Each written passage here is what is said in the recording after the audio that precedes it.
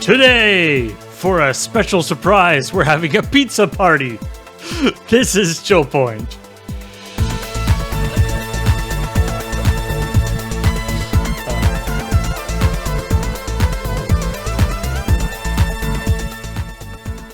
I love that I had that idea, and Beej also had a very similar idea, and I didn't see what he was going to do, and he didn't know what I was going to do. Yeah, the openings are generally just, okay, everybody try and do something and find out if it mixes. Mm-hmm. Sometimes it all lines up. I mean, I don't want to tell you how to live your life, Beej, but maybe should you be eating that pizza? All right, so that bit at the beginning was sort of true. Mm-hmm. I mean, in the fact that I am eating pizza. Mm-hmm. And it is a party! Woo! So how's it going? There's something about cold cheese versus hot cheese that I think is what my body is. Beej has decided that it's hot cheese that causes him to have problems. Yeah. I don't know. I don't think it's just I don't think it's a pizza thing. I think it's literally just like if I just ate like 3 jalapeno poppers or something like that versus having them completely cold or having like cheese strings.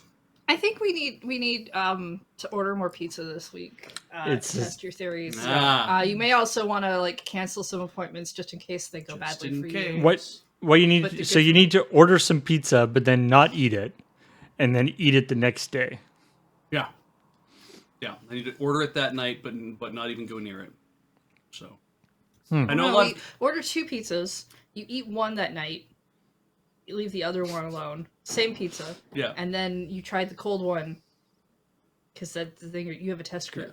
I know we have fans out there who are I'm going to say marginally concerned because I don't want to make this a thing where they're losing sleep over it. I'm losing sleep just because that's who I am.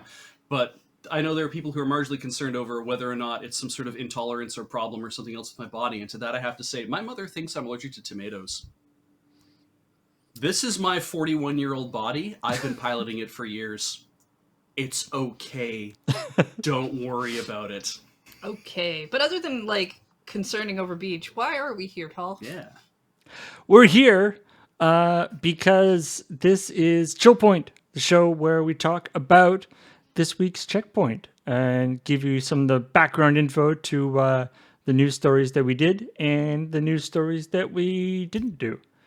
Although I've said say this is like the sort of DVD extra part where we talk about all this stuff. Although there's also the school of thought that the actual episode of Checkpoint is merely the teaser trailer for the stream of ChillPoint. It really is. You can even think of it as almost a pilot episode where we get rid of a character and bring in different characters for the actual series. It's the episode 1 that you get for free, and then you have to use the in-app purchases to download the rest of ChillPoint.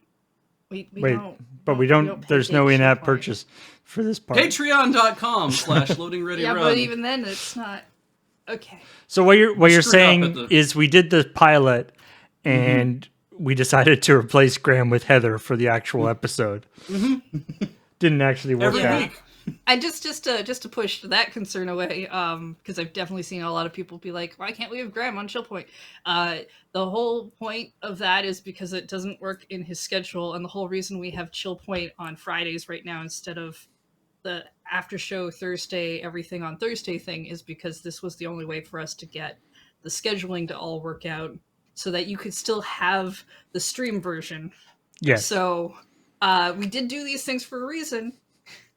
It's entirely possible at some point in the future, Graham and or Kathleen will be on ChillPoint. Obviously,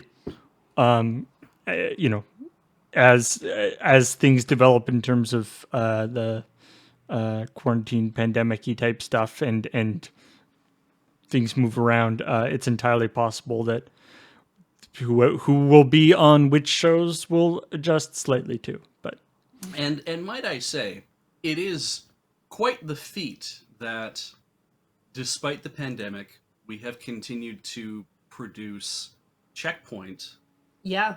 on time, as often, straightforward. Because there have been times when it's been like, it's gonna be no Checkpoint this week. We'll be doing a chill point where we're gonna come in and sit down at the table. It's gonna be just me and then Paul or whatever. Like it's gonna be that kind of thing. It's like we have been. I'm very proud of us for being as consistent as we have been. Sorry, I just think it's funny that you associate ChillPoint, like the original ChillPoint, as you being there, because It wasn't. Paul and I have Yeah. been a staple No, since the beginning. But I mean, like when back, like earlier, when it would be like we can't do Checkpoint, right? Like Mhm. like there will be no Checkpoint this week because of people flying to a convention or something else happens, and it's just like instead there will be some people will just assemble to do the stream anyway, but it won't be actual, like you won't get to watch us make Checkpoint. You'll just get to watch everyone do Chill Point. Mhm. Yeah. I actually don't remember if I ever was on a Chill Point when you have been a couple of times when, but generally sometimes when we take Checkpoint off the schedule, it's also because you are involved in whatever thing that has to happen. Yeah, so there's it's like Paul and I, we've just been around together for a long time. Yeah. OG crew. Mm-hmm. yes. So let's talk about the Checkpoint, the episodes that we did do, or the stories we did do. Starting with the first story, which is about this whole de novo thing. Now, I'm primarily a PC gaming type person, and so I have a familiarity with de novo, shall we say? And they're not You're not that familiar because it's de novo. De novo, whatever. Yeah, it is. They are not well loved in the video gaming community, in the PC gaming community, shall we say? Gotta say no to de novo. And the my notes for this for that story, like when I marked that story as something, I just did I put a note in and I said, 1, consumers hate de novo. 2, consoles are completely locked down and don't allow unapproved software that could be used for pirating or cheating. 3, if a console is hacked to allow installing custom software, that means they've broken the chain of trust on the console, which means bypassing de novo wouldn't be a problem. Who is this for?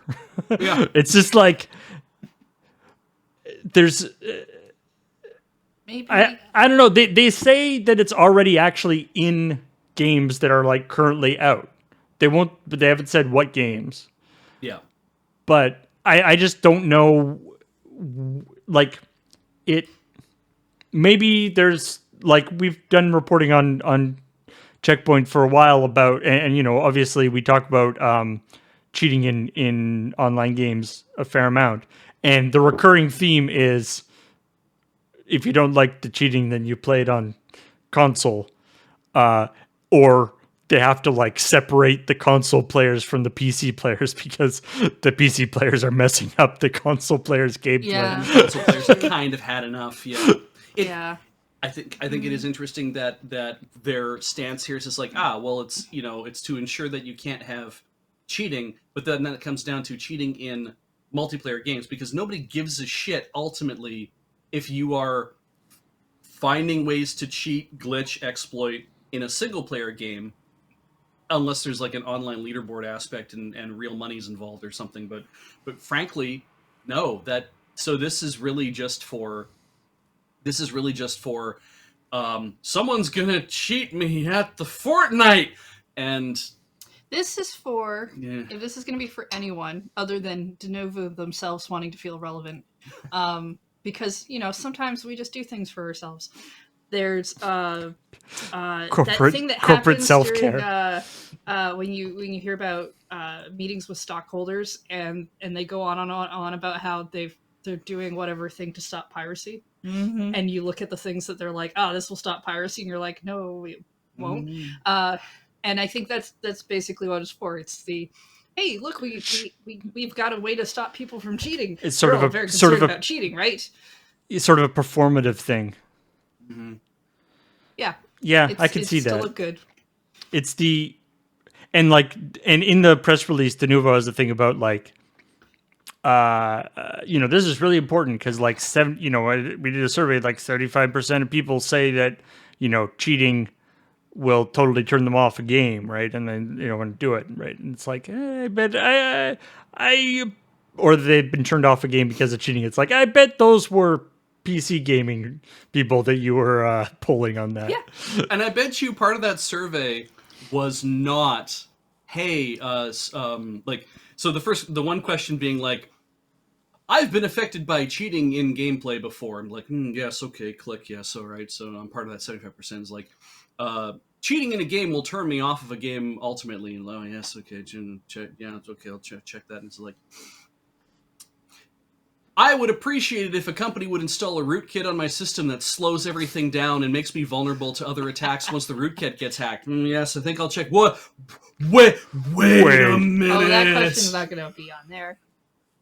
Because that's the thing that gets me about Denuvo is it's like people have gone on about how, yes, this is having performance effects, and so I guess if the PS5 must be doing such a great job at the level that it's doing, that it's like, oh, we got clock cycles to spare for Marvel's Spider-Man, Marvel's Spider-Man's Miles Morales. Okay. But if we make everybody use it, then everybody has lag, and therefore it'll just be the same, right? Yes, that's true. It is actually, the point there about the it's called the chain of trust for especially for consoles. For PCs these days have it too, but consoles it's a much stronger thing. And that's basically what makes it so consoles are really difficult to hack. Is that from the point of the BIOS on the console, so the very, very low level things, everything on the console is encrypted, and basically the thing at the bottom level decrypts the thing above it. So it's like the BIOS decrypts the bootloader, which decrypts and it goes all the way up, and everything is signed cryptographically, so that theoretically it can't be, nothing can be messed with in the thing. So that stops, the idea of having like when you, in older consoles where you had like the hack chips or whatever, right? But of course, those do get cracked some often. Like, the Wii had that as well to a certain, and how much of a chain of trust there is and how strong that is has increased over time, and they have gotten hacked. But the whole point with that is that if you're operating at a lower point in the chain, like at a lower point in the console, nothing can be secure at a higher level once the lower level has been broken. Because once the lower level is broken, it could be just lying to the higher level about what's happening, right? So, which is why something like Denuvo has to install, like it does have to install a rootkit on your computer, which, if you don't know, it's just a very low level piece of software that basically boots up with your computer and you can't stop. It has to install that because it has to operate at a lower level. It has to operate at a lower level than like the operating system, because it has to be able to control that. And so how you hack a console in order to install your own stuff on it, a homebrew, is by violating that chain of trust. And you have to come in as low a level as you can possibly bear. Right. And so once you have done that, and that chain of trust has been broken, something like Denuvo can't operate effectively, because it's already failed. It's already broken, and whatever you're doing could just be lying to and being like, yep, I'm definitely securing it. Yep. Oh yeah. It's real secure, Denuvo. Good job. and as an interesting point too, it's like those things. It's like an inverted pyramid in terms of in terms of complexity, Mm.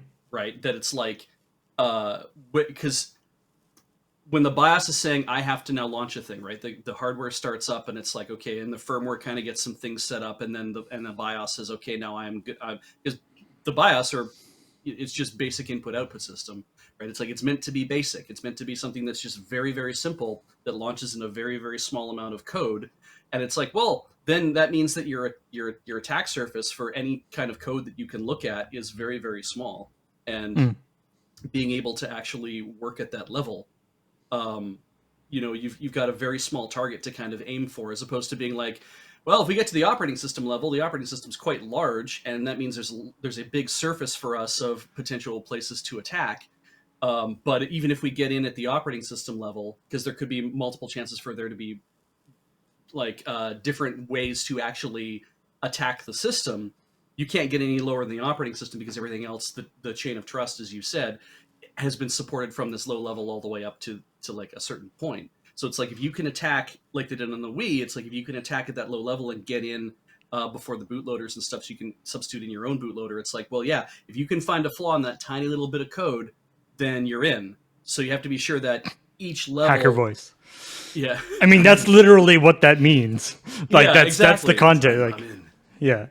It's fascinating to think that it's like, yeah, if you start at that low level, you've got this little surface, and it's like, well, let's try everything to see what we can do to get that little tiny bit. And in a way, I think that's fascinating. But it also means the people making the product in the first place has to be sure that tiny little like attack space is completely bug free. I mean, it's fascinating from an academic perspective. Obviously, it's great. I love. There's been some great talks at from DEF CON, the security conference, about like hacking the PS4 and stuff like that. That are really fascinating if you're interested in that kind of stuff. Basically, how they mess with these systems and the incredibly like weird esoteric buffer overflow things that they can do. Anyway, so yeah, I'm open to, like, obviously Denuvo's running on the PS5 or whatever doesn't seem like a great thing. And I just don't see it as being something but maybe if somehow cheating becomes rampant on PS5, it'll be a thing. But yeah, I don't see it. Next story. Sometimes people want to solve problems that don't need. I mean, the problem is, of course, that Denuvo requires that to be a problem for them to exist. Yeah, I so they have a vested interest in making people think that that's a problem. So the other story here, which is kind of interesting in that this story morphed a little bit later on as we were writing it. So the initial story was that Rust servers, the servers that were for the game Rust, they had lost a ton of their European servers in a server fire. And so I marked that as a story. It was in Polygon or something. I marked that as a story because it was like, ha ha ha ha ha. Rust servers have burned down, but it's a survival crafting game where it's multiplayer and people come over and burn your stuff. That's funny. So that was the take. Taking it to the real world, yeah. Yeah. And then and Graham wrote a great story about it. And then when I was actually in the process of getting images for the story, I was like looking up images. I wanted to get an image of like a server fire, and I got an image of, and I looked up image of server fire, and the first one that came up was like from the 9th, and I realized that it was from the same location, like it was from Strasbourg, and I was like, "You want a server fire, do you, jackass? Well, here you go." I was like, I was just looking for like a general server fire image. I think this is an image of the actual server fire that happened. And then I read and there was like a Reuters article that was associated with it, and I was like, oh, this is actually like a way bigger deal. Like the Rust part is the like in that Polygon used and that we used because it's like the video game part, but this is actually a way bigger deal. The cloud, one of the largest European cloud internet or cloud server providers. They have several data centers, but this was one of their data centers. And literally millions of websites got taken out by it. A good chunk of the .fr TLD like domain names. Yeah, 2% is still an awful lot of domains. Like, whenever you come down to percentages, it's like, oh, 2% doesn't sound like a lot. It's like, yeah, but it's a lot of domains. Yeah. And including ones from like the French government and stuff like that. Like, it was no bueno. Yeah. This is and that grew into this thing of people being upset at FacePunch Studios because they're like, well, why don't you just have backups? It's like, they might, but it doesn't really work that way. Like, when I saw this, I immediately went back to when I was working at a data center and thought to myself, oh shit, because when I was working at UVic, on the data center team, if our data center went up in smoke, yes, we could. If there was a disaster and the whole thing just went, because we had talked about disaster recovery and risk mitigation, I was in those meetings, even though I was incredibly like I'm a low kind of person on the importance part, but I got to hear a bit of what talked about, and it's like when a data center goes like that, you don't just get to be like, well, shit, okay, bring everything up on our alternate data center in another location. And right. Like, that doesn't happen. It's like you can have all the backups you want. And it's like, no, we know that if the 9.0 hits the Cascadia region and the UVic data center just goes poof as a result, along with a lot of other things in the area, we're not getting back online immediately because there's no guy at Dell who's flying out 48 hours later with a plane full of servers to drop on our doorstep in goddamn shipping containers where we can just start downloading our backups from our actual on a rock offsite live backups that we have. It's like, you don't get back up in a week. You might not even get back up in a month. Your guys are now just basically like ruining their sleep trying to get everything back up to the way that it was so everyone can continue the process of doing work. And it's like, if you wanted a live failover backup server somewhere, like you do this all through AWS or something like that, you can do stuff like that. It costs a shit ton of money, and it's not really worth it for a game like Rust. Well, I mean, because it wouldn't just be Rust, though.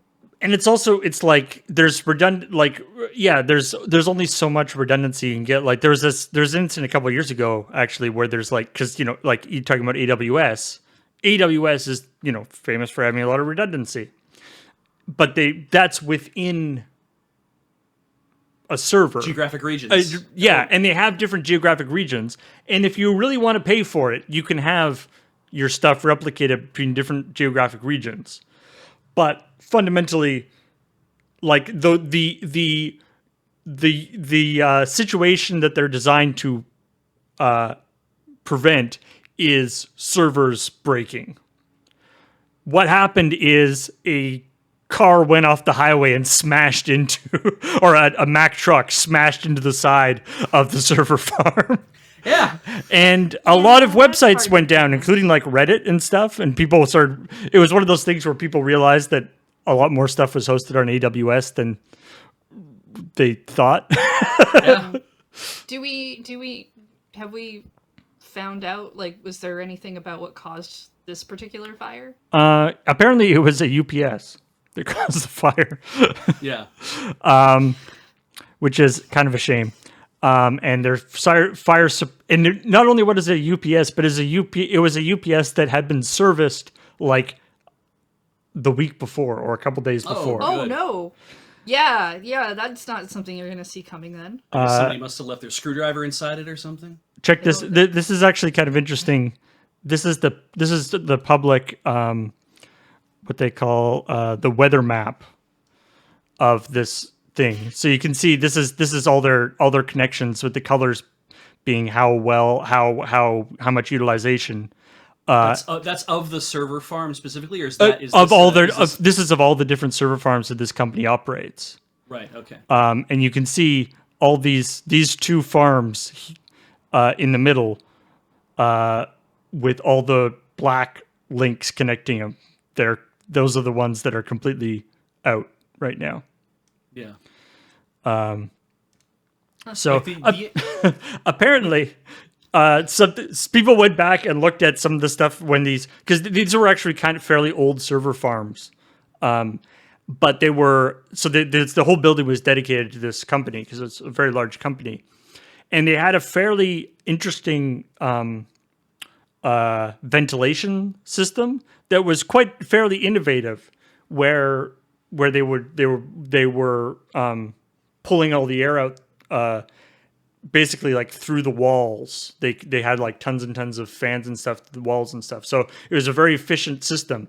It also is basically a chimney. yeah. And they kind of inadvertently, or I don't know if they were, but they kind of made like a furnace, which probably wasn't maybe the best setup. Yeah. And a lot of that is, down to when people are working on, like when you're setting stuff up like that, server farms sometimes are just built out over time. And you adopt a certain type of idea of, well, this is how our server farm should work. Expensive, yeah, to set up. Absolutely. So you're not gonna. But not only are they expensive to set up, they're also expensive to change. Like when you've made your server farm a certain way, and you put in all that effort, and it slowly grows over time, and then you get to a point where you're like, oh Jesus, our air conditioners actually can't handle this load anymore, or the UPSs that we've installed can't handle the load anymore. Now we need to change everything, but it's all running. Mm-hmm. So you sometimes have to accept the design decisions that you've made 5 years, 10 years in the past. Yeah, because I'm just thinking about when a new online game starts up and then get all the crashes for the first while because they don't have enough servers or they don't have enough whatever going, and then people complain that they should have known, and it's like, yeah, but that's expensive, so they are probably going to cut it short. Sure, yeah, and like just add. And this is, like I said, this is a big company. From what I understand, from like what the company has released, they haven't like released like a ton of information, but they have done like they are provisioning like thousands of servers per day, or to like to replace the stuff that's lost. Like they are they are moving as very fast or as fast as they can, but the scale of this kind of stuff is pretty ridiculous. Yeah, you don't just basically say, okay, well, the fire's out, so let's get back in there and set everything back up again. It's like, no, we gotta. It's gonna be stuff's being pushed off to other areas and other servers. A fire. They wouldn't even let you into a building until after they've assessed enough what the damage is on a fire. It's not like if the fire goes out and it's like, okay, everybody can go back inside the building now. This also hit 2 buildings too, by the way. Because 2 server farms were beside each other, so which is also unfortunate. The point where we say that the almost like the entire internet is not so secretly very fragile, and it's funny in a way because the idea of the internet is redundancy writ large. Is that if a router goes down, that's fine because the internet should be able to route around that kind of. I mean, everyone talks about the internet should be able to route around damage, and there's a lot of different ways. Like metaphorically, we talk about that, but even literally, the idea of the internet is that if one of my hops is missing, then I should be able to find another route out, and maybe I have to do 3 hops to get to the location instead of just 1 hop. But I should be able to do that. Though you'll learn living on an island that you sometimes don't have much of a choice. Also, in how you hop off the island. Also, that's from a routing point of view.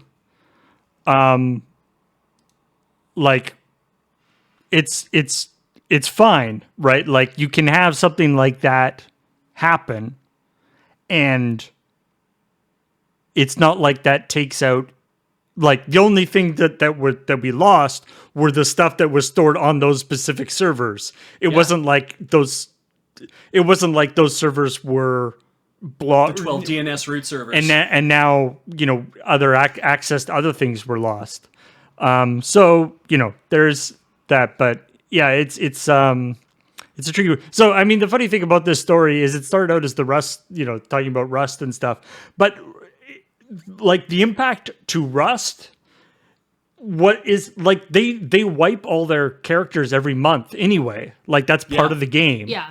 So like the impact to Rust players is actually they're probably one of the lesser effects of this whole thing. And really, I think it's interesting that it sounds like that kind of it took down Rust, like it took down the ability to play the game, because I guess all of that then is hosted in the one location in that one server farm. Is that they don't? Well, is Rust big enough that it's spread across the world? This is like I think this was specifically European. Okay, People like it was the main European server, but they have other servers.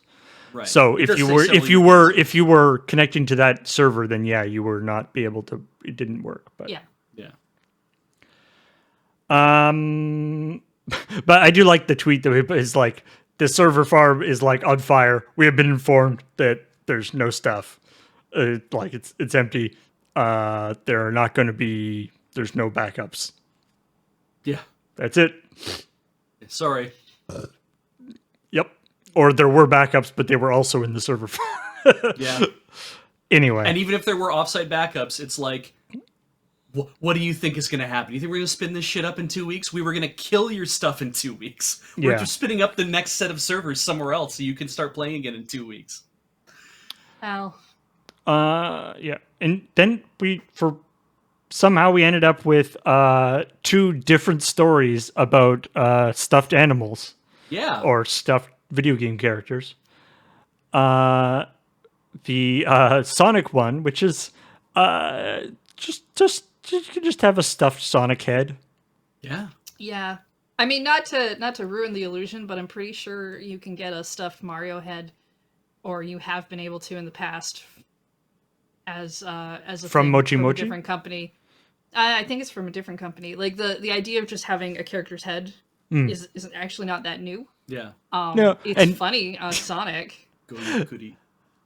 I mean, like I said in the episode, there is that like somehow with Sonic, it's the idea of like having it mounted on the wall.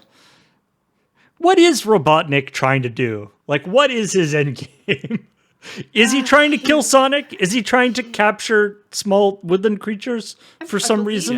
Yeah. Is he trying to turn Originally- Sonic into gold? I believe originally he was trying to roboticize all of the animals, and Sonic and others became freedom fighters. And he wanted to destroy Sonic because he is the one who is fast enough that he couldn't seem to roboticize him at all. Okay, but where does the rock music come into this? Oh, Sonic Underground? I think That's a different kind of timeline. we're talking different where mythology, He has a sister and a brother, and it's. But then how does that affect chili cheese dogs? I don't. I'm pretty sure he does eat chili cheese. No, dogs in that we're one. talking Earth 616 here.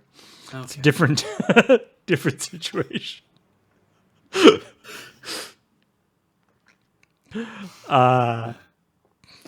But Savium was the best Sonic, and we don't need any others. Okay, Sonic Underground can stay though, because I have nostalgia. the It's my favorite Pillow song. Anyway. and then there's the Animal Crossing Build-A-Bear stuff, which I saw there's somebody in the YouTube comments Yeah. that was like, I work for Build-A-Bear. Corporate, yeah. I know what the stuff is going to be. Not that I can say it, but it's like I got all excited that you guys were talking about us. But I cannot engage, and it's like, But I it's fine cannot because divulge what it will be. it's the Club Mochi Mochi story about Sonic the Hedgehog. I was like, fine, okay, cool. But then the Build-A-Bear thing, I was like, the Sonic story is about we've announced a product and here's a product. The Build-A-Bear story is we've announced a product line potentially. A thing that is coming. Yeah, we've pre-announced and an announcement. Let's understand. Build-A-Bear. This is not like, oh, Build-A-Bear has never done a thing like this before, because they have. They've done a number of Pokemon stuff, like quite a large amount actually when you go looking, and so this is not like a new they've never done stuff for Nintendo before. And Paul schooled me on the fact that Build-A-Bear is not just like, here's your 3 bears, shut up, put the stuffed heart inside, and then jam it in the machine and let it fill it full of polyfill, put it in a little box, and fuck off, kid. Like, it's literally like there's 200 different designs. Yeah. Oh no, if you've never been in a Build-A-Bear, they're interesting. And the fact that, because I was like, but how do you keep that many bears in stock? And I'm like, oh, right, they're flat. Yeah, that's why they're interesting. When you go into the store, they're deflated. Because we lived in Edmonton. They're just skins of bears. West End I Mall. worked in West Edmonton Mall, and they had one. And I went with a bunch of friends, and we took a friend to get one because we thought it was funny. And when you see them on the wall, just kind of flat, like they are like these skins of something that's going to get filled up, it's really neat. You don't generally see stuffed animals on a shelf like that anywhere else. And so, I mean, I don't know what the rules are, because I don't know if they in the back room, because the supply chain of this is what fascinates me, because whenever you do any sort of customization for any sort of product, but you want to make it available at a brick and mortar retail level, that is a limitation, right? Like, you worked stock for Cotton Ginny, and you know that it's like there's only so much room that you have in a stock room to keep shirts, to keep pants, to keep how many different types of shirts. Shelf. Actually, flat stuffed animals would be really easy to keep on a shelf. It'd be like jeans. They probably even arrive like in a box, and you probably just put the box up on the shelf, and you're like, okay, we'll grab that box. If they're gonna arrive anything like we get T-shirts, it'll be a box. Each T-shirt will be wrapped in its own plastic bag, and they'll be because of how T-shirts are done, there's generally a piece of tissue paper, the foil, which probably wouldn't happen with like the bear, but they might all be separate. Yeah, they might all be together in a plastic thing, but they're probably going to be wrapped in plastic inside the box because it's fabric and you don't want it to get dirty. Right. And so the idea of, can you support a line like Animal Crossing, after talking about it a lot at home, I came to the conclusion that I'm like, shit, they could open a Build-A-Bear in Tokyo that's just Animal Crossing, just everybody from Animal Crossing, and it completely fits in with how Build-A-Bear works. The whole idea fits in completely with what they do in the first place. A bunch of deflated skins, on shelves. I see it basically like the Pokemon thing. They'll bring out your estimate has been like, they'll bring out like 6.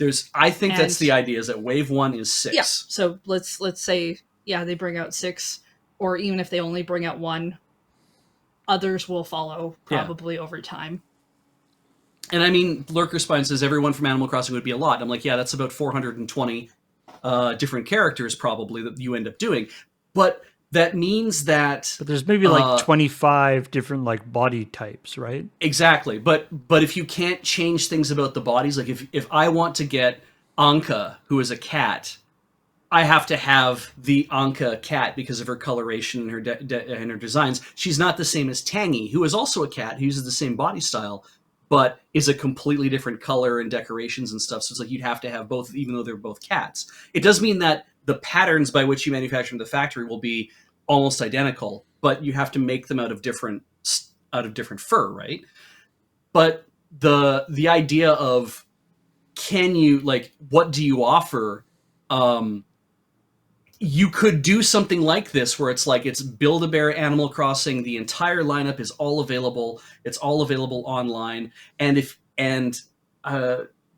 how many people? 22 million people purchased Animal Crossing New Horizons? Is it 20 mil? 27 million? It was getting really close to like 30. I thought it went over 30, didn't it? So if we assume that there's 25 million copies of Animal Crossing out there, you probably sell about 20 million Build-A-Bears. Everybody who bought Animal Crossing would want to build a bear. No. Or most of the people who bought them will buy 2 or 3. That will be what, because I'm thinking about it and I'm like, would I drop $50 on a really nice Tom Nook? Yes. Would I drop $50 on Tom Nook and another $50 on maybe Isabelle, or maybe like Orville or Wilbur? Or if you buy Orville, you have to buy Wilbur. Would I drop $50 on this? I'm like, maybe I would buy 3 of these things maximum, or maybe, and there will be people who go nuts and be like, well, I gotta have like 10 or 20 of these. Okay. So first of all, you're gonna have the collectors. They're not gonna necessarily be Animal Crossing collectors, because I wouldn't doubt to some degree there is a Build-A-Bear collector kind of person in the same way of like Beanie Babies, where especially if it's a limited time thing that gets brought out, they go for that. Yeah.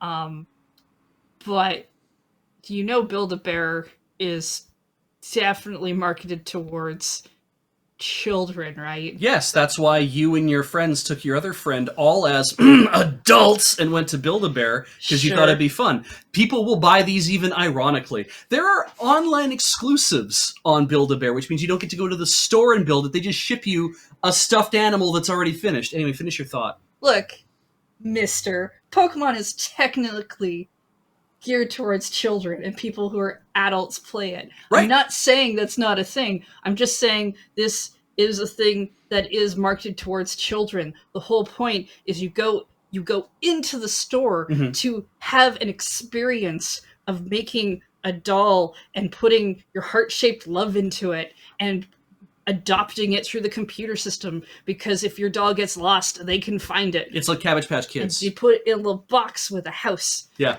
It's true. Yeah, just buying it online is just buying a stuffed animal. Like, it's not.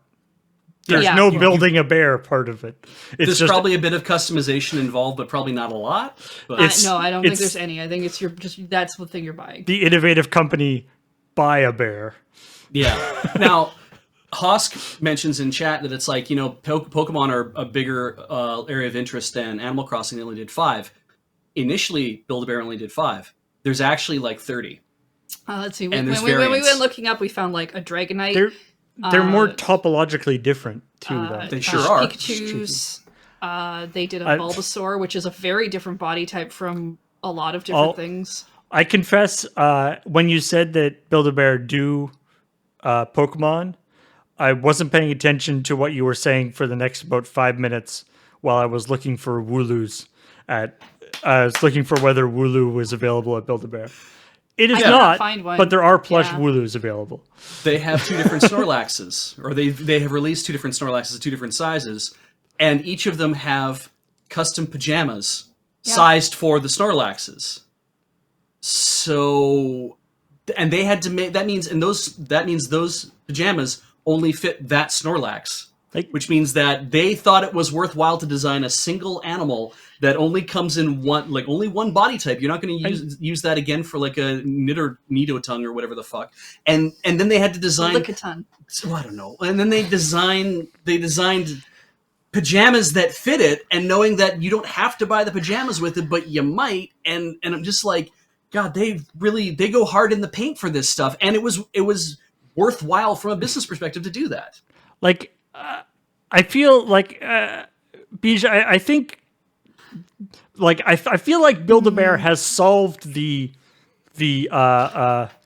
organizational, logistical part of this. That is the part that you're having so much trouble with. Like, I feel like they've already got this on lock. You make it sound like that Build-A-Bear was the first one to make a Snorlax plush, and I can tell you they are not. And so chances are good the designs are very similar. The thing is, I'm not having a problem with, like, initially I was like, this doesn't make any sense, but I'm like, the longer you look at it and the longer I think about it, I'm like, if Build-A-Bear has seen it that they can create 200 different things, which really maybe is only about 80 different body types overall, and you can have interchangeable clothing and stuff, but then you're also creating these Pokemon which have exclusive costumes to just one design, that means that the value proposition for them has been established. They know that it's worthwhile to make a Snorlax and to make custom pajamas for a Snorlax that won't fit any other thing, and be like, that's okay. We will still sell 10,000 of these things, and that makes it worth our while to actually make them in the first place. And that's where I look at the Animal Crossing thing, where I'm like, if the first 6, and I'm going to go out on a limb, and my prediction is they'll make 6 to start with, and I'll even tell you what 6 I think they're going to be. If that works out, they will do more. They absolutely will do more. Oh no, I think they're already going to do more personally, but I don't know if they're going to do it one at a time. Like they made an announcement. The announcement was, we're doing Animal Crossing toys. Yeah. That in itself is probably more than one. But whether or not they go the route of there's a new one every month, we're going to start with 6. That's one thing. Given the Nintendo and Animal Crossing communities, saying something like Build-A-Bear is going to make plushes, is going to make Animal Crossing things, and then giving no other information, to me, like that's almost like negligent on their part. Like that's the amount of speculation that happens in these communities when there's no information, like when they aren't being like primed by something like that, is a lot.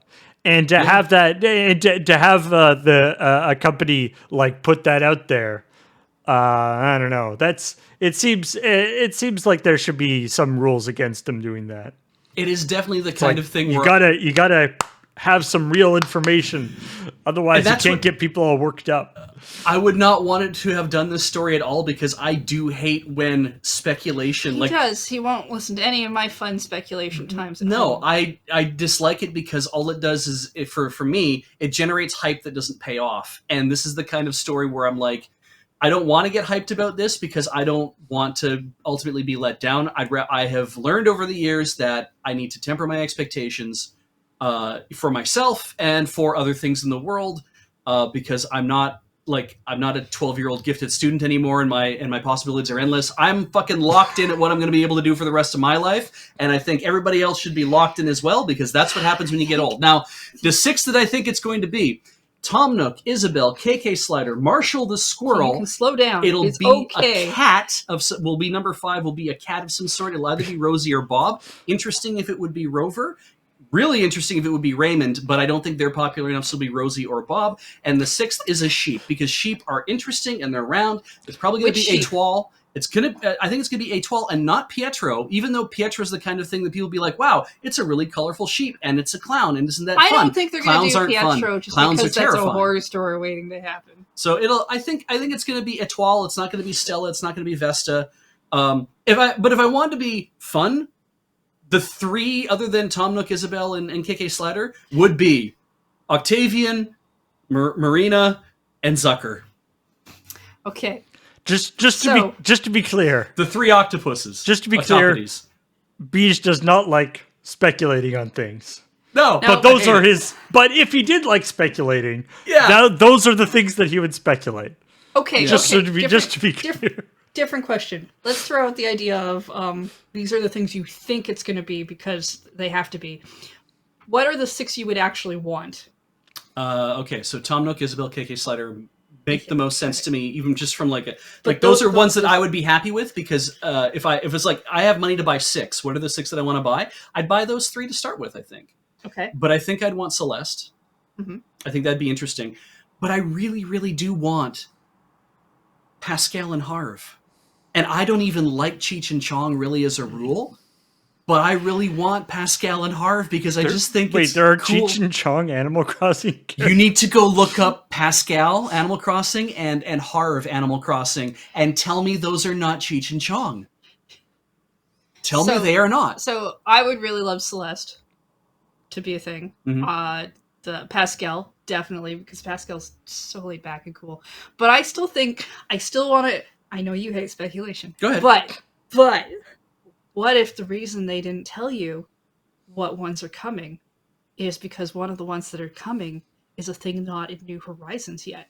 What if we get Brewster and they can't tell us about Brewster yet because Brewster isn't in the game yet? What if the other 3 are just gyroids for some reason? Yeah. Because that would be hilarious. Tom Nook, Tom Nook, Isabelle, KK Slider, and 3 gyroids.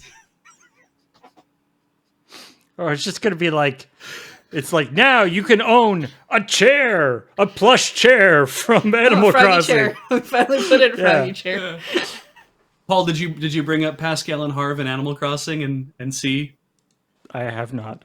Dude, please do it, because I think you need to have a look. I still think there's the possibility that it would be really fun if they went old school and went with the of course, the original girl and boy villagers. Yeah. I said It seems unlikely. I Yeah. know, but I think it would be fun. it'd be really cool. And they'd have to be the original ones, like GameCube wise. I And want them to be blocky. my only concern is that Build-A-Bear, because this is launching in the US and the UK, I figure you don't do villagers because they're the interest of having a racially diverse cast of villagers would be an issue. And because of the sheer level of customization that's present in New Horizons, how you can customize skin tone, hair color, eye color, you would not be able to produce. And I agree. I think that's important. Yeah. That they at least think about that and find a way to deal with that. But when I look at things like we made Smash figure amiibos of Robin, and it's like, well, Robin had a lot of customization features too. Yeah. And a choice between being a girl or boy, and this is the one that you get. Yeah, we picked the default. Corin's the same way, and it's like, this is the one that we used for marketing purposes. Yeah. Rather than this is the one. There are different variations that you can get. Yeah. And I look at it that way, and I'm like, if you're looking at it in that way, it's possible that they still do them, but this is what they do. Maybe they do 4, so you get a variety. But my take on that is that that's a Nintendo decision making a decision about a Nintendo game, and I think the Build-A-Bear thing would probably be more of, this is an external company that's saying, we want to create Animal Crossing things, and we've already been over the other issues that we know could come up. And so that's a negotiation between two separate companies, and one company might have said, maybe we don't want to do just 2 white-skinned villagers as being our defaults. I mean, maybe. I don't know. We'll see. It's like, I know in terms of a thing like this, sometimes you get the company who's selling the license to be, here's the selection of things you can use. Yeah. You don't get all of them. The company that's buying the license or getting to work with the license sometimes gets to say, these are the ones we would like. Yeah. But not always, and that's an impossible thing to figure out. Yeah. Also, they haven't even announced that they're doing 6. They could do 10. No, it's Beach deciding that's what's going to happen because he thinks that's what makes sense. Yeah. Yes, I mean, clearly Pascal and Harvey are supposed to be Cheech and Chong. Right. Which is pretty wild, but... Oh, yeah. Animal Crossing's full of all kinds of interesting references. Like, if you look at the KK Slider album covers, they're all very good. There's a great picture here of that has whichever Harvey, I guess, holding like a little bird that's got its tail sticking straight up, like it basically looks like a bong. Oh yeah. Anyway. All right, let's we've got a couple of little quick stories here that we did in our quick point. This might be a non-recurring segment, but we'll see. I feel like we didn't actually bother to check because we've done these before. Did we call them quick point before, or did we come up with another name before? Whenever I've done a roundup, I love Nintendo news. I call it a roundup because it's like it's around one subject. We've done roundups. There's a possibility at some point in the past that one of them was called a quick point, but I don't personally recall that terminology being used. Rapid fire news, speed run. Apparently, we did call it different things. Neat. I mean, that's not surprising at all. I actually think people are just coming up with what we could call it. I think we have done speed run sounds familiar, but anyway. So yes, starting with Artifact, which is the Dota-themed digital card game that was designed by Richard Garfield, designer of Magic the Gathering. Shall we say, it had a rocky life, partially due to being really hard to break into the digital card game market, and also it had a kind of bizarre monetization system, which sort of in keeping with Richard Garfield, it was sort of they wanted to encourage a different kind of play than most thing. I forget even what the whole system was, but it was not. There were 3 lanes, and there was like a bunch of It was, and the way the way they were selling the cards and stuff was very odd. yeah.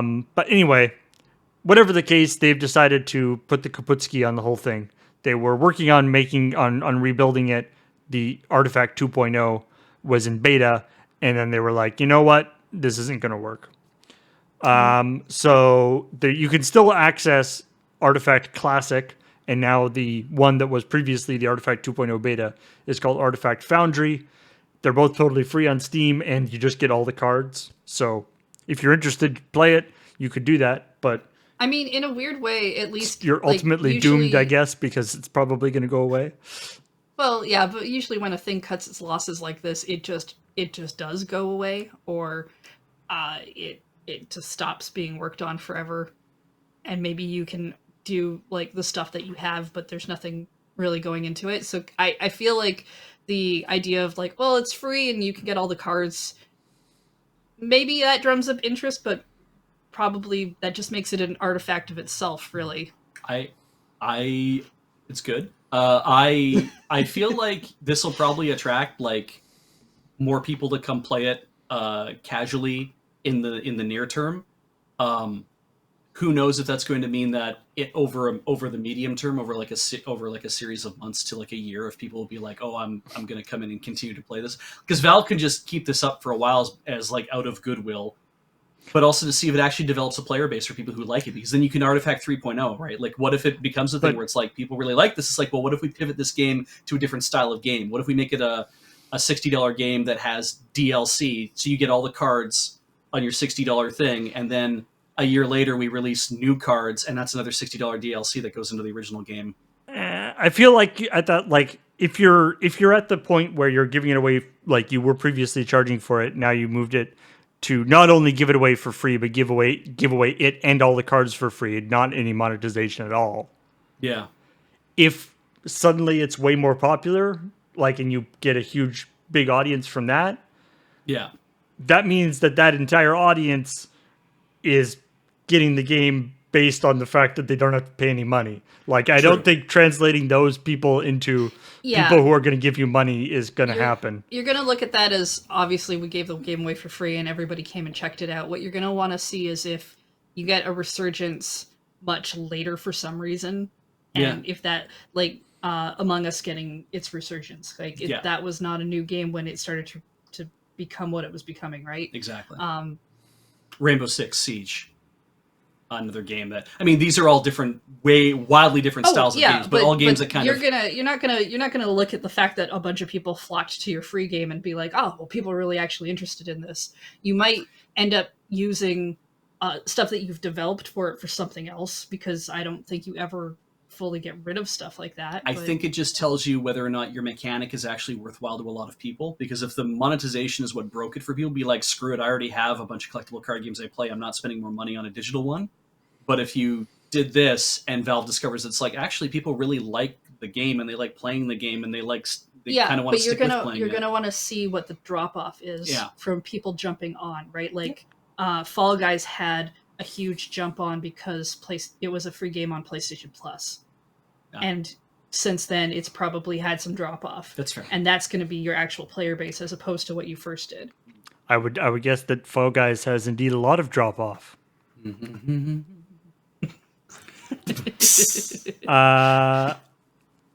There's a story about Hogwarts Legacy, which I don't know if there's one of the lead developers has like a YouTube channel that has got a bunch of weird, one sort of shit disturbing YouTube videos on it that they're two or 4 years old, two or 3 or 4 years old videos.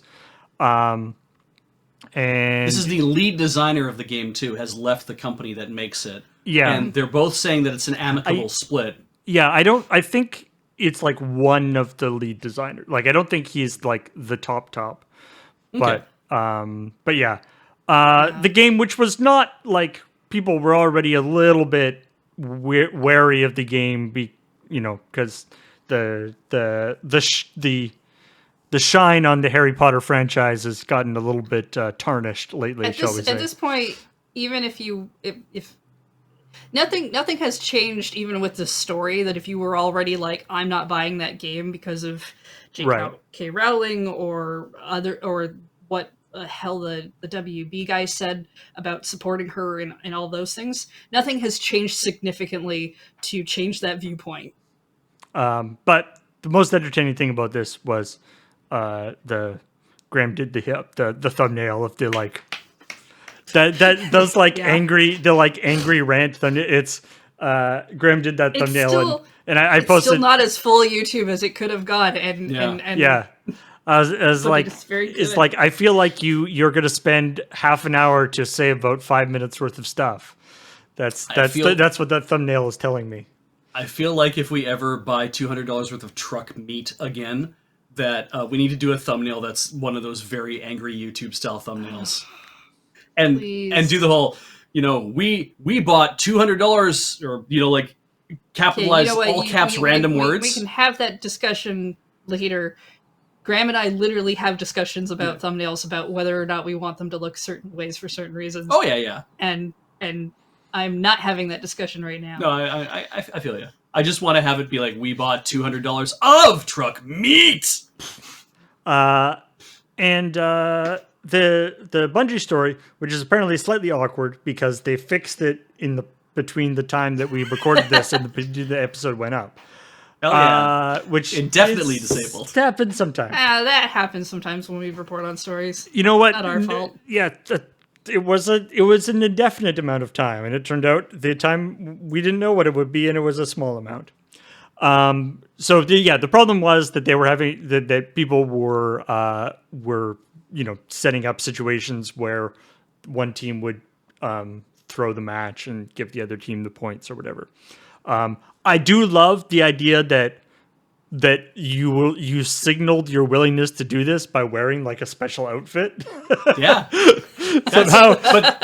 Somehow that idea really kind of I really like that. But that's the handkerchief code. Yeah. That's So apparently, I think they've made some adjustments to make it so that like you can't rejoin a game that is already in progress or something. No, like they've done something to make it even more of a pain to do this, to do the match fixing stuff, basically. So I guess it's not. It's less of a big deal now. And then finally, the Microsoft bought ZeniMax, which we obliquely referred to in last week's episode, I believe, when Beej mentioned id Software and we put up the Microsoft logo. That was such a great gag. I had put in the thing. I'm like, when you put this up, can you please just put the Microsoft logo up real fast? we've definitely talked this story before, though. It was the did you know Bethesda got bought for $7.5 billion, which was the tagline everyone was using. Yeah. And it's then like they people didn't got angry because they were like, that's not what they bought. And it's like, well, they did. Yeah. That was the big thing that they bought that everyone was really interested in. There were other things. When you look at it in a macro, the idea that Microsoft, though, buying ZeniMax is probably way more important, just in the sense that it's like, it is so many... It's the notable studios is Bethesda, id, Arcane, Machine Games, and 4 other studios. Like, it's like there is actually this is a big deal. I mean, these companies, like the companies these days, are these like Russian nesting dolls, right? You end up, it's like you buy ZeniMax, and that's how you end up with these situations that you work out to. Sometimes we're like, Microsoft or Activision or Electronic Arts or whatever owns the rights to something and didn't even know that they own it because they bought a company that bought a company that bought a company that bought a company that bought a company that originally owned the thing. Mm-hmm. And it's like, wait, we own that? Oh, perfect. We'll just do it. and it's funny because we signaled to the fact that it's like, just buy us for $2 billion and it'll be great. Like it'll be over. We can all just sit back and retire, I guess. You I don't say we have that, to keep but working, because the whole watching point the of buying us. speculation in the Discord about how we Yeah. would spend that money and how we would divide it up amongst everyone was real weird. We've literally made an X ways to Y about it, so just you don't have to think about how we divide it up. That would be literally what we would do with $2 billion. Also, sorry. Also, just the idea that that we if we sold Loading Ready Run for $2 billion, we would not then make a Loading Ready Run video that cost us $2 billion. No. We would then have no money. And also no Loading Ready Run. That's a very hustle plot, though. You see, the speculation and stuff that I was reading involved us selling for $2 billion and then us basically making Loading Ready Run, which is the typo that everyone typically does, is the LLR, and then the different things we would call our products that we already made, which I'm pretty sure is not what people tend to do. They don't typically like sell their companies and then go make the exact same company slightly different. It has happened several times. Yeah, though. but you don't name it. If I had a nickel for every time, I'd probably have about a few dozen nickels, which is not unusual, but it's weird that it's happened that many times. Enough money to get you out of it. It is hilarious when that's happened in various circumstances. Especially you see that you do see that online with like content creators. I feel like Casey Neistat might have done that like twice at least. Yeah, made awesome, amazing companies, sold them for a ton of money, and then left that company. And then it becomes clear that the only reason why that the main value in that company was him working for his creative push was the value in that company. And so and I think that's where we would fall down. I think it would turn out to be a thing of the employees of Loading Ready Run end up getting sold over as well. I mean, we could all quit clearly, but if Microsoft just puts $2 billion one time into our Patreon, then that'll take care of that problem completely. That's them just giving us money, and exactly. That's okay. I'm fine with that. The Patreon would take so much money.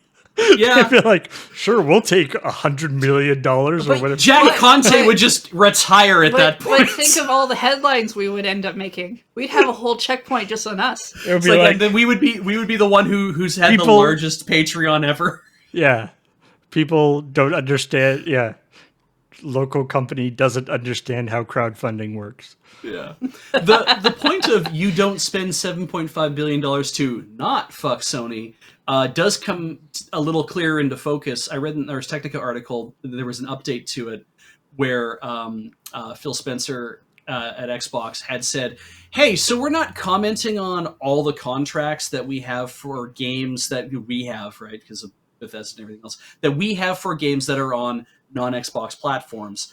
We're committed to making sure that those games that we have contracts for are going to be the very best games we can deliver. We're going to stand by those communities. We're going to continue development in those areas because that's what we're here to do. However, we are also, we are committed to fulfilling those contracts. It's very clear from the speech that it's like those contracts, once fulfilled, are fulfilled, and at that point anything they do in further development is like if you want to see an Xbox or a Switch game, or sorry, if you want to see a game from Xbox on the Switch or on the PlayStation, then they better pony up and start supporting Xbox Game Pass, because that's probably going to be the means by which they're going to have to support it. Like when this happened, I believe within the first week there was the don't worry, that thing that's already been promised for X platform is still coming to X platform. And it's like, yeah, because the contracts got signed for that, and they're not gonna, and marketing was already done. They're not gonna back out of that yet. Yeah, I mean, to be fair, like Microsoft, I mean, there are obviously Xbox exclusives and stuff. They do tend to be more like timed exclusives. Like, I get the sense that Microsoft is more interested in like money in the sense of having as many people be able to buy their stuff as possible rather than keeping, and they're big on this interoperability between PC and Xbox as well, like PC and console stuff. So like I feel like that there might be some like timed exclusive stuff, but I don't think it will be that big a deal. I don't know. It's Yeah, you're right. It's a we'll see. Really. Yeah, I mean, I actually see them probably going for more of the timed exclusive thing personally, but I know. that's me. I forget what it was. The last. It's been years now, but I think it was like I was playing Inside, for, the game, and that was a Xbox exclusive for like 6 months or something, and so I was playing it on like New Day, and that was like bringing out the Xbox One at the office, wiping the dust off of it, unplugging the HDMI cable from the Wii, plugging it into the Xbox One, which has got to be humiliating for an Xbox One. Yeah. And then running like half an hour worth of updates because the thing hadn't been actually run for a really long time. But I've made a lot of good use out of the Xbox Series X as a Blu-ray player. It's been fun. I'm like, I can play some Blu-rays on this. Why don't I do that? We don't have one. He goes to the office specifically to do that. It's really funny. Yeah. But yeah, I'm not putting it in my house. Are you kidding me? Well, no, it's not a Nintendo product. you get the Microsoft all over it.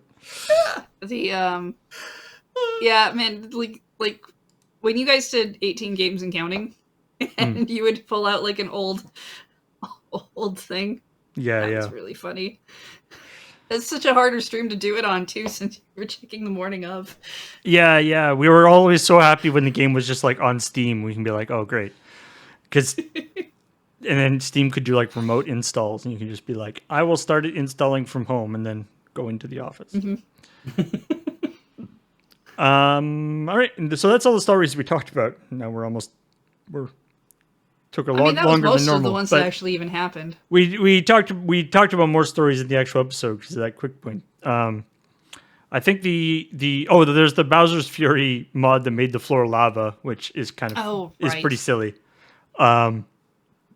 Because I mean, to be honest, mods to make Mario games way harder is a long-standing part of the community. I mean, Mario Maker is basically just for that, making impossible levels.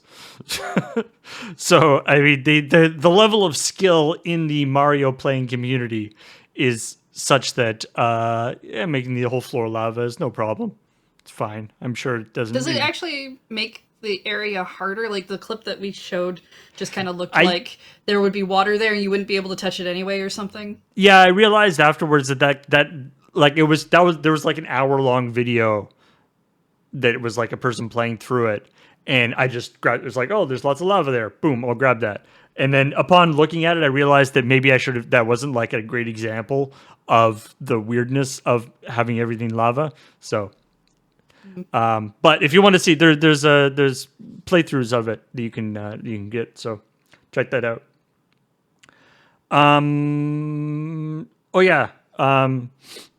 Other stories that we didn't talk about. There is a game coming out for Switch and other things, I believe. Nope, just the Switch. Called To the Rescue. And it is a dog shelter sim. So you get to you operate a dog shelter, and like Switch and Steam. Switch and Steam, and like people come in and you have to like match them with dogs that have like the right personality and stuff. There's mini games where you give the dogs pets and cuddles. It's not like Diner Dash, though, where you have to fulfill dogs as fast as you can, and then you have to be out on the street catching random dogs. It definitely has the setup of that kind of thing, but thousands of dogs running around in your city. Just like Tapper, where it's just like throw the dogs down the thing.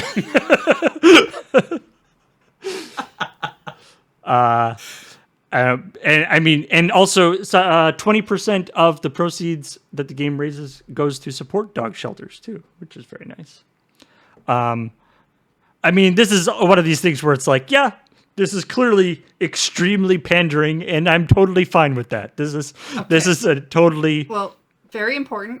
I will note that the article says that you can pet the dog, so they've definitely taken care of the very first step in making a game about dogs. There's even like mini games where you can not only like pet the dogs, but you can also play with them and do I don't know I other mean, things. I Nurse don't them back to understand why health. we haven't gotten a Nintendogs yet. It's true. It seems like a real that no-brainer. It seems like something we should have by now. With all like the And- cool, and they could do like fun interactions with the motion controls and stuff. Yeah. I mean, it was largely a touch game, so people, There's a touch screen on there. I know, but I mean, like, people would have to play it. Then you just use motion controls. Yeah. Yeah. Or you could That would not be a hard game to change over to the Switch. Yeah. yeah. Or you could have the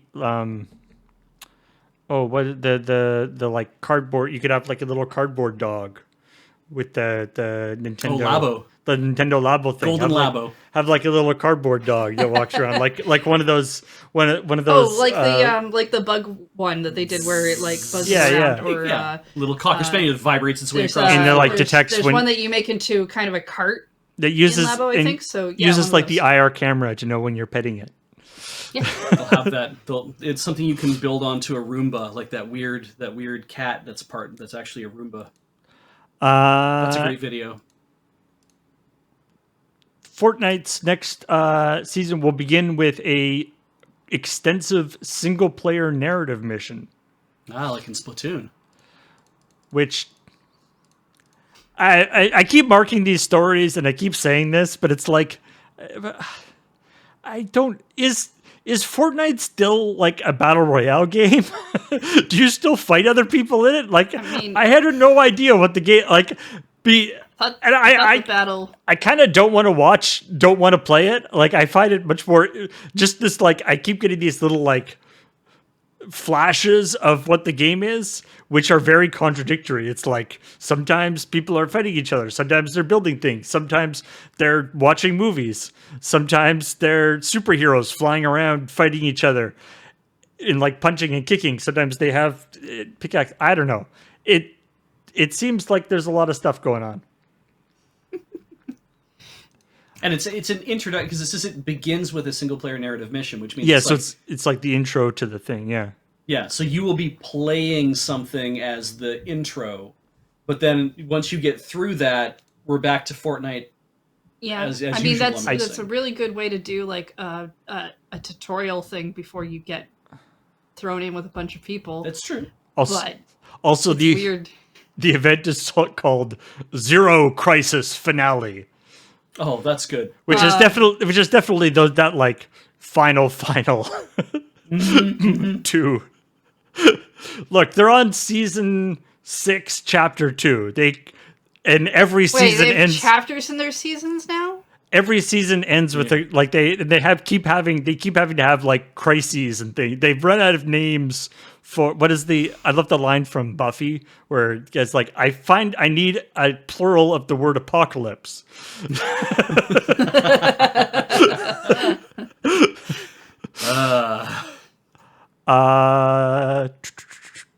Somebody has recreated the entirety of Skyhold in Sims 4. So if you like Dragon Age Inquisitions, this will probably mean a lot to you. Yes, which is incredibly impressive,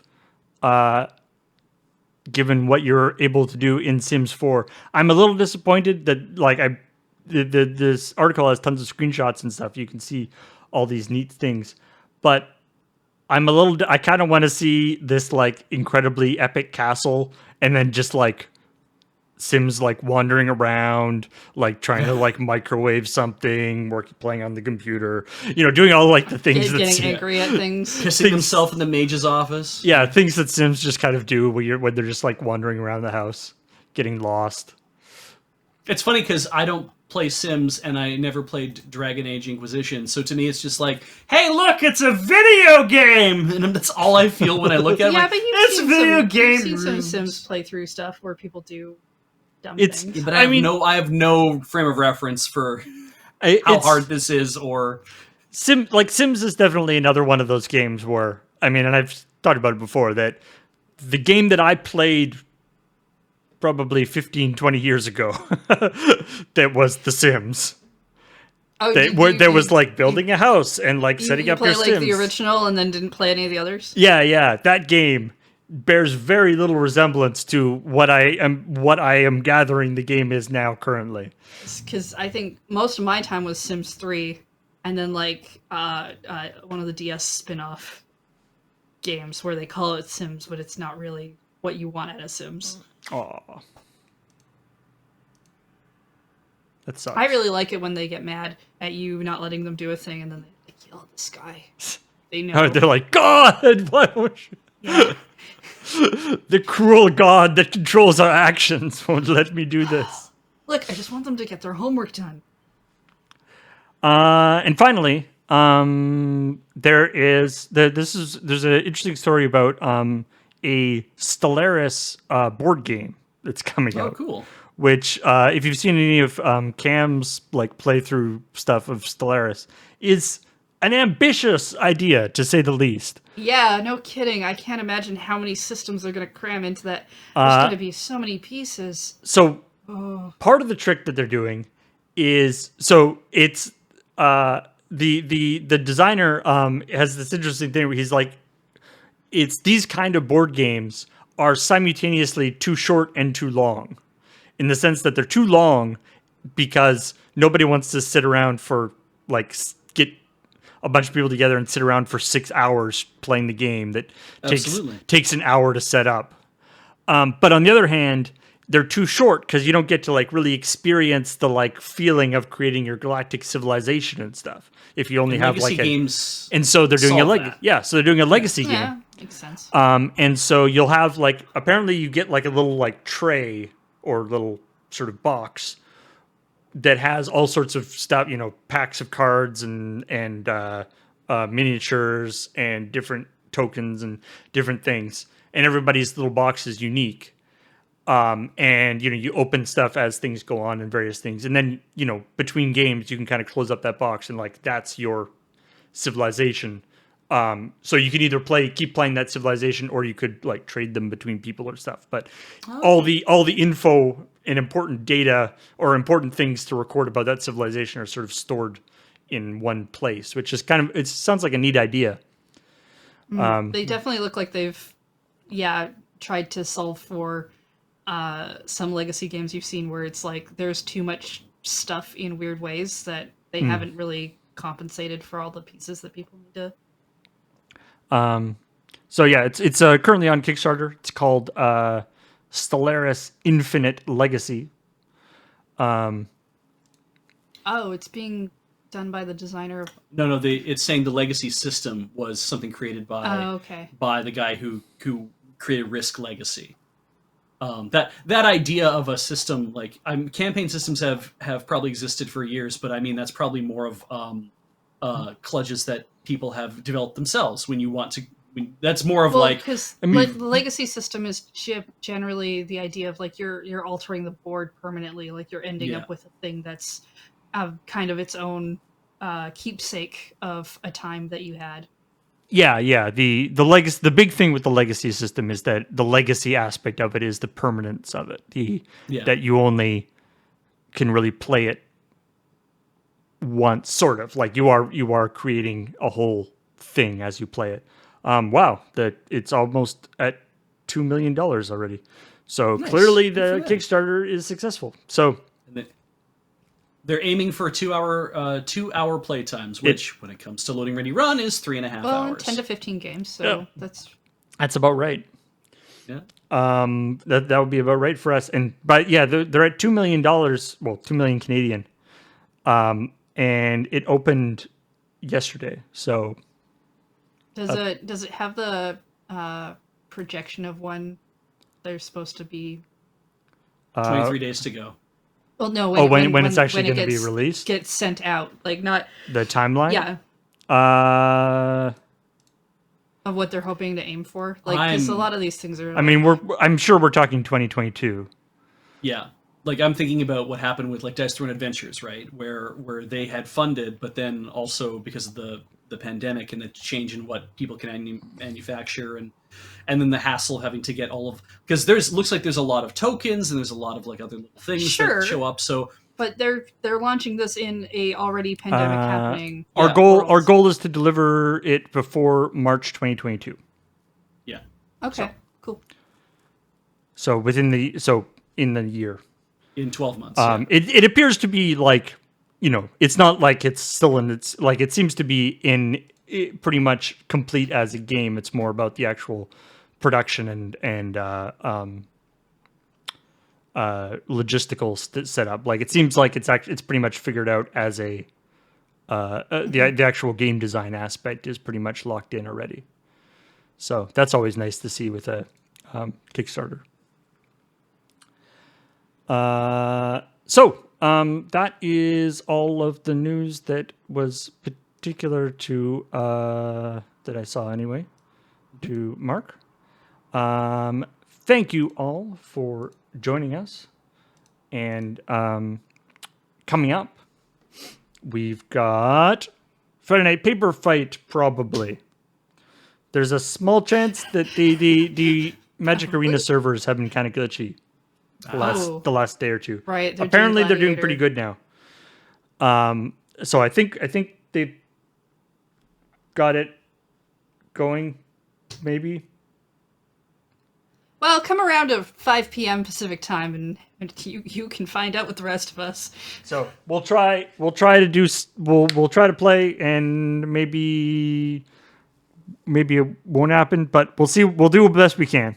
Maybe everyone will play Artifact. And then on Saturday, Heather is going to be continuing her Play It Forward of Jenny Leclue.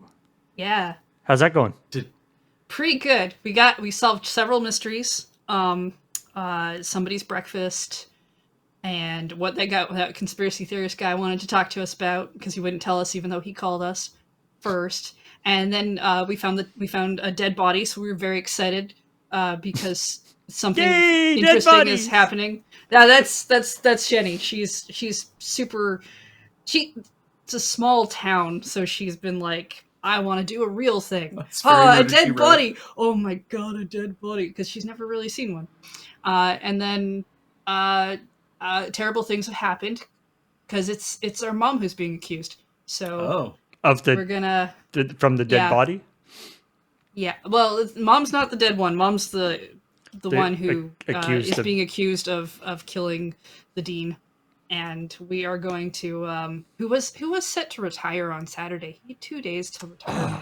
always with the yeah. So is it Jenny Leclue Detective-Vu or Jenny Leclue Detective-Vu? They never say Detective-Vu out loud, so I don't know. Okay, because of the accent over the U, I'm not entirely certain how to pronounce it. She is the character of a fictional story that is being written by a writer, so it goes back and forth between the writer who was told that his story had to become edgy, and he didn't want it to be, and this is his 38th book, but it's his last chance to like keep the series going or something. Oh, so it's kind of a Nancy Drew-ish. Yeah. Okay. Oh, interesting. Yeah. So there's like a meta thing going on. We left off finding a neat trapdoor contraption thing in a room we were in, so we can find out where that takes us into the attic and what stories are there. I just still like Detective-Vu. I don't also, know why. the author continuously is just eating jam. Like, he's got a jar of jam and a wooden spoon, and he's just like, jam. Great. Jam. Perfect. And then on Sunday, it's more Heather. Because it's Heather and Ian are going to be playing the taiko drums some more. And it will be, because I'm going to the office for that week. And then on... That's a bigger deal than you think. On Sunday after Rhythm Cafe, it is Legends of Runeterra on This Is Your Card. Ben Wheeler is going to be continuing his journey into Legends of Runeterra. I don't know whether Artifact is on his list to check out, but he better get there quick if he wants to. Absolutely. All I know is he there was like one point where something happened where he said, yes, I'm going to check out that card game, stop filling up my DMs. And like, yeah, the moment we announced this show, I saw nothing but people coming at him with suggestions, and I kind of feel like you could wait a couple episodes for that. Hey, yeah, maybe he should try Yu-Gi-Oh! I know nobody has told him that he should try Yu-Gi-Oh! Yeah. And then on Monday. It is the finale of Alien First Law. We get to find out what the heck is going, what all the secrets are, possibly, or maybe they will stay secrets. I don't know, but the things are going better for the androids. I mean, one of them lost a hand or an arm, but they got it mostly repaired, so it's okay. Well, not repaired, but like not actively bleeding. So that's fine. Sure, they'll be fine. As long as no one loses their heads, right? Even then, it's probably fine. Yeah, well, I mean, as long as there's somebody who can carry their head around, I'm sure. Lots of people lots of androids have had fulfilling and happy lives being just ahead. Mm-hmm. And then after it is Escape from Tarkov, which has trickily moved from Play It Forward to one more.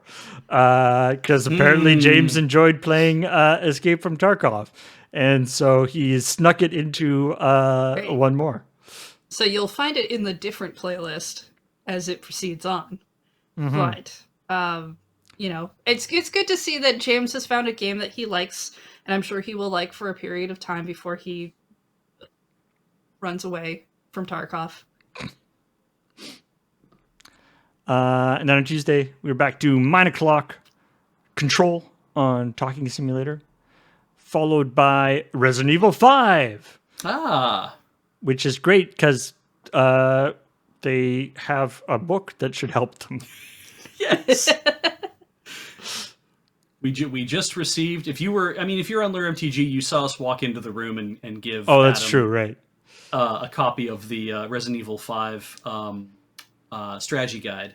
Nice hardbound one too. Oh, cool. Because we did film a mail time recently, and that was in one of the boxes. So that was, and thank you for that. I forget who gave it to us. Because you'll find that if you watch the last mail time, well, yes, it is clearly an anniversary special of what times were like a year ago. That the newest one that's being worked on was filmed in February. All right, let's thank all the awesome people who subscribed to this stream, who subscribed to this channel during this stream. Starting with all these people, and then starting with this person, and then continuing on with everybody else, including Bronzefinger. Ooh, with that 84 months. Thank you very much. 7. Yeah. 7 years. Pharaoh Bender gifted De Novo. Not De Novo. Not De Novo. Yeah. TSP on their 1 year anniversary. Congratulations. What's the flashing one mean, Paul? The flashing absolute highest. Yeah, that means that they've been around. 91 months is the maximum number of months that they could be. So thank you, Johnny Kefka. Wow. That person subscribed during our first month of streaming. That's amazing. Kettlefishman too with the birthdays. Yeah. Build the lure. Welcome to the channel. Yeah. And Gay Ghost Prince, thank you for coming back on your 3rd month. We do appreciate it. Holy Christ, I can't believe you did that. Oh, I just saw Cyanide pop in there at the end too with 85 months. Oh, I didn't know you could do that. And thank you, Coreflux, for 100 bits. Thank you so much for all your support, everybody. And that's all we're gonna do. So we will keep an eye on the Twitter account and so forth for updates on the Friday Night Paper Fight tonight. Yeah. But as of this point, I believe it is gonna happen. As far as we know, they will try. If it's not, then we will let you know, and we'll probably try to do something instead. I don't know. We'll see what happens. All right. Talk to you later.